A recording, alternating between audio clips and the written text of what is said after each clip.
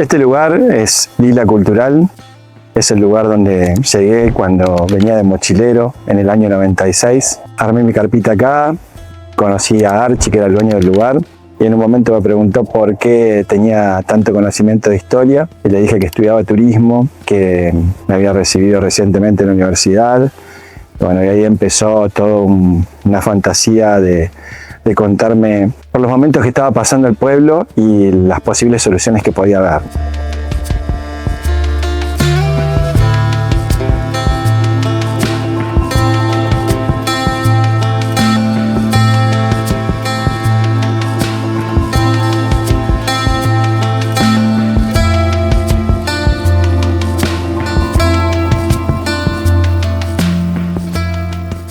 Yo llego un día después de Semana Santa y estaba toda la población preocupada porque el turismo, más allá de generar un bienestar económico, estaba generando algunos problemas ambientales y sociales. Entre ellos, bueno, que muchos autos generaban embotellamientos, había muchos residuos en los senderos, se robaban como souvenirs naturales los helechos, los pinos del lugar. Bueno, y eso generaba una molestia. El turismo realmente estaba trayendo beneficios por un lado, pero por otro lado no estaba tan bien con respecto a lo que le pasaba a la sociedad local.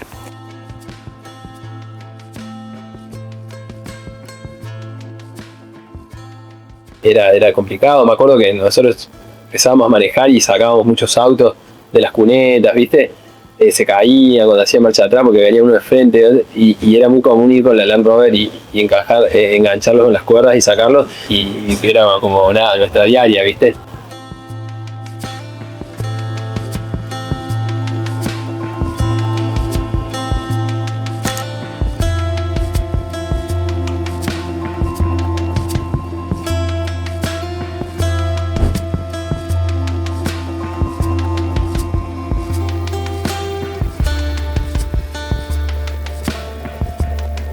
Y había como toda una necesidad. Yo me acuerdo que llego después de Semana Santa y encuentro esa necesidad, como que sí, habían hecho dinero, pero había algo que no les gustaba en su propia sociedad. Y creo como desordenado.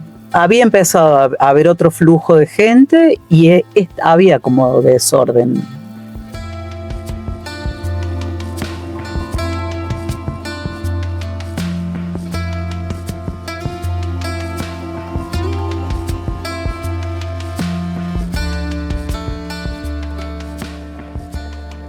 Yo haría un pueblo peatonal. Ustedes son punto terminal de un camino, es decir, la ruta llega hasta el puente de acceso. Tienen un río muy bonito que es el río del medio, y un puente accede al casco céntrico y allí se rodea por cerros y no hay más caminos. Termina ahí el camino que va de Villa General Belgrano a la Cumbrecita.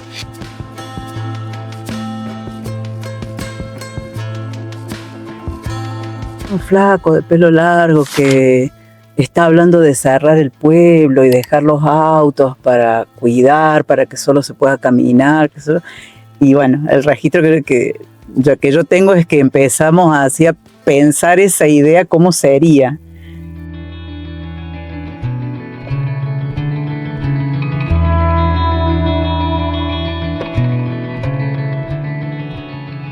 Tengo el recuerdo de haberte hecho dedo en el puente cuando llegué a Cumbrecita. Y bien, ahí fue, Pablo querido, que nos cruzamos.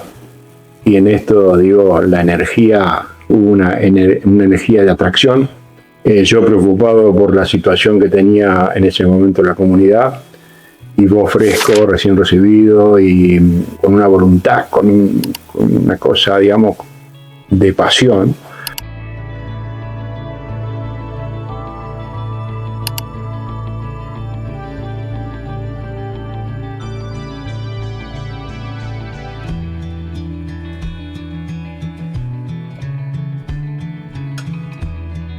Y cuando me tenía que subir al micro, tomé la decisión de no volverme. Se volvió mi pareja y yo me quedé. Me bajé del colectivo, saludé, nos acordamos ahí, le dije acá va a salir algo, así que me quedo. Y bueno, cuando salí al micro sentí un vacío porque había quedado solo en un lugar que no conocía.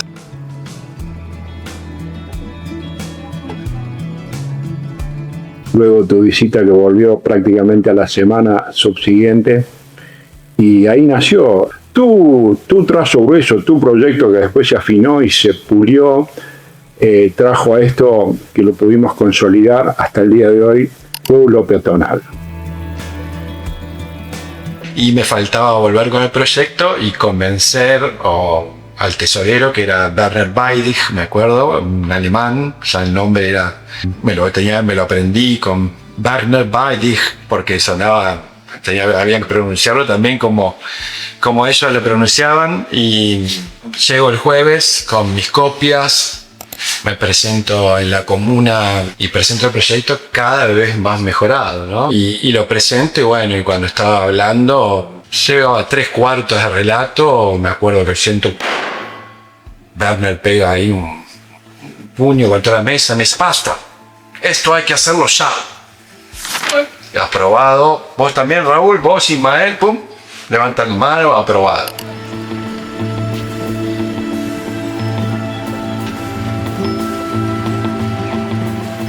¿Te acordás en ese momento? Sí, sí. No logramos nada de la No comuna. se robó nada, no se robó nada. Se financió, el proyecto fue autosustentable desde su naciente, realmente su naciente. Nos ayudaron Remer, Quilmes, Warsteiner, había otros que llamaban Temblé, que me acuerdo que nos daban golosinas, nos pusieron los tickets, los uniformes, los folletos, los autos eléctricos.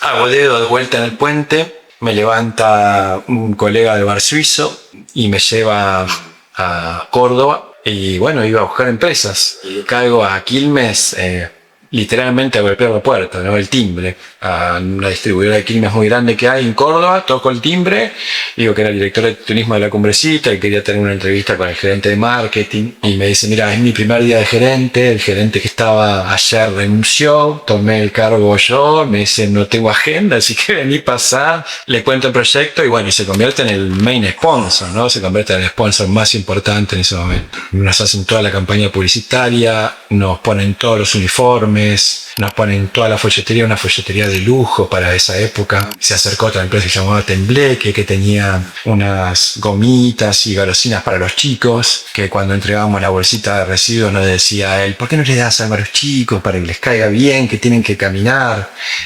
Y bueno, así que cuando llegaba le dábamos la bolsita con todas las golosinas adentro por el auspicio de él, y los chicos estaban re contentos. Les pedíamos que tiren sí las cositas en los residuos, ¿no?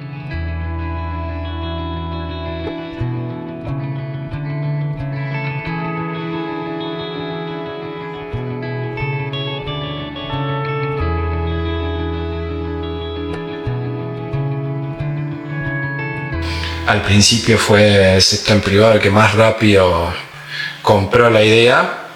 El sector público ya la había promovido, y después fue la sociedad en general, ¿no? Porque esto de ir a golpearle la puerta a un trabajador que por ahí era mozo o que trabajaba en un mercadito o en una verdurería y te preguntaba: ¿estás seguro que yo tengo que ir a la reunión esa? Tenés que venir porque el pueblo va a ser peatonal para vos también. Se va a votar y tenés que involucrarte. Y compartir el principio de proteger el pueblo, proteger el arroyo, proteger el ecosistema natural de la Cumbrecita, que fue el fundamento para que dejaran de ingresar los vehículos y que la gente, los turistas, se acostumbraran a eso.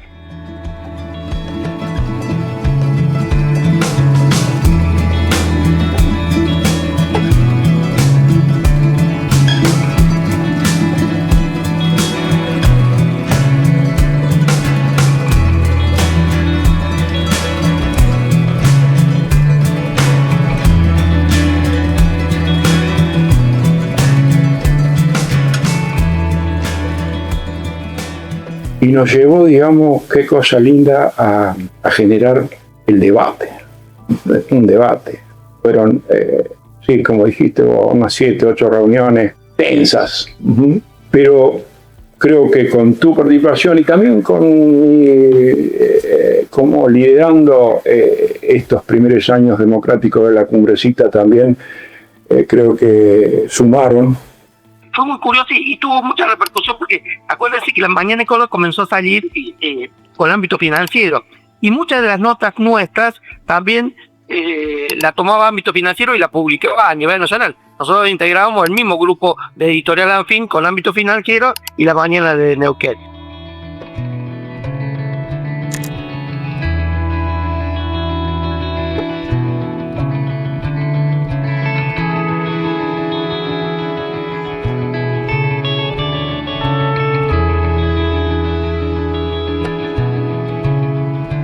Se juntaban todos los vecinos, hacíamos reuniones grandes hasta que finalmente se votó. ¿Cómo? Y creo que fue una de los momentos por ahí, viste, donde más participó capaz la gente, como comunidad me refiero, y creo que hubo bastante unanimidad, ¿no?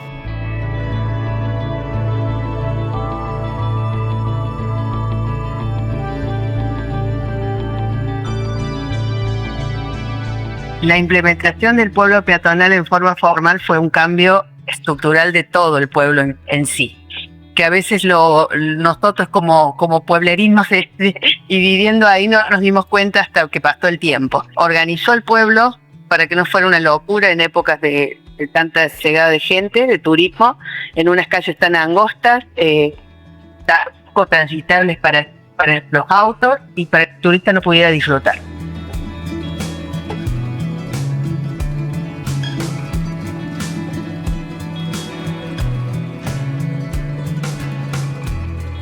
Todo el pueblo yendo a una gran asamblea general, como un plebiscito social de palabra, que era más importante que la ley, porque era de palabra, se votaba en mano alzada y mirándose a los ojos, y votan 70 familias a favor y 3 en contra, ¿no?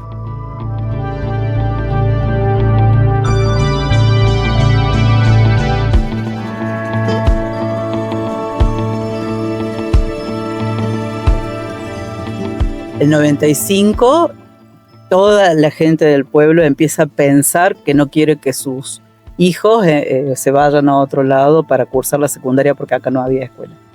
Entonces se creó una fundación, empieza a trabajar un grupo de gente. Por eso el ingreso que se dio desde el turismo se empezó como a repartir para pagar gastos de la escuela primaria prestó el edificio, entonces empezamos a funcionar. Dio trabajo a un montón de gente que la sigue dando. Yo creo que no debe haber un 80% pobrecitano. El primer trabajo fue como informante turístico ahí en la entrada del pueblo. Para mí fue una experiencia muy importante. Había aspectos y historia y lugares y detalles de Cumbrecita que por vivir ahí uno no le presta atención y no los conocía. Bueno, los conocimos con Pablo.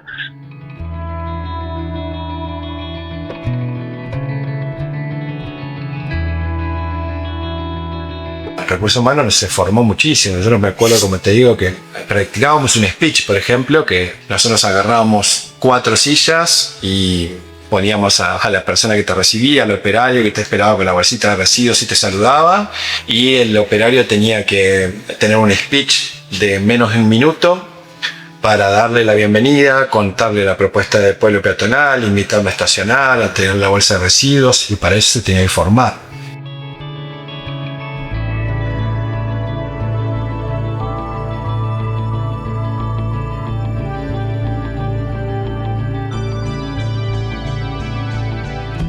Teníamos algunos, estábamos en la oficina de turismo, recibiendo a los grupos que venían y que teníamos las remeritas blancas, que tenían el logo de un planeta y hablaba un poco de reciclado, la sustentabilidad, ¿viste? Esto fue una gran cosa porque hicimos el traslado de la gente discapacitada de forma gratuita, mujeres embarazadas.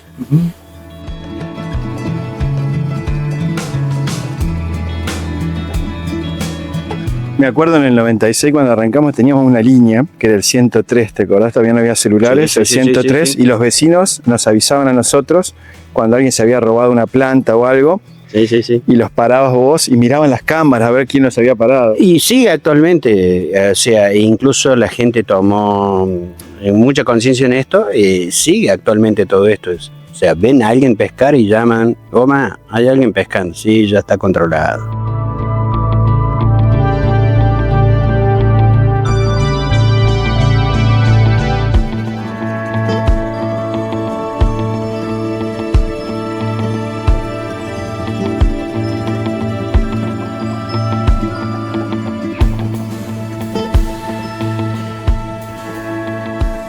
Y en ese momento, la Cumbrecita era el primer y único pueblo peatonal del país. Actualmente sigue siendo el primero y el único de la provincia de Córdoba.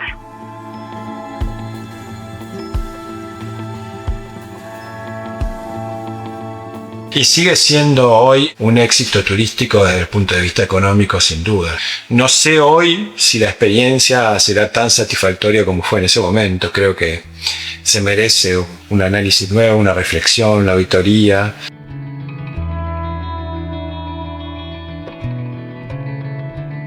Noviembre del 95 compro un terreno para venir prácticamente a plantar lechuga y tener una vida New Age. Terminé con un bruto complejo de cabaña y eso gracias a que de golpe la Cumbrecita explota. Inunda los medios, los suplementos de turismo, los diarios, el primer pueblo peatonal de la República Argentina. Cambió. Cambió la vida para todos. ¿Sí?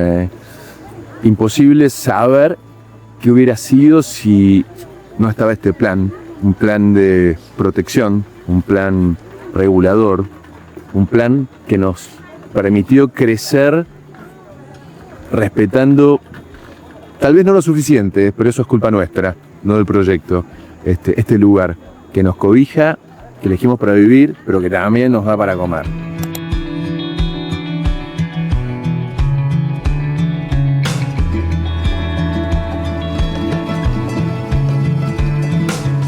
Capaz que es momento de meter una segunda y por ahí volvernos a organizar, ¿no? Y volvernos a juntar y que surja desde un debate, bueno, potenciar un poco lo que es el pueblo peatonal, ¿no?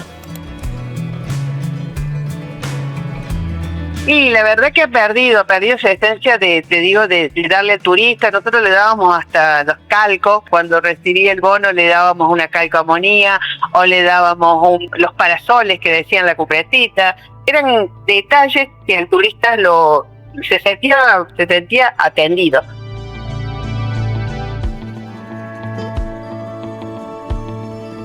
Me parece que volver a la participación, a la reinversión de los dineros y ver en qué hay que mejorar para realmente terminar ese proyecto que se votó entre todos, ¿no? Y que era ambicioso, era una forma de vida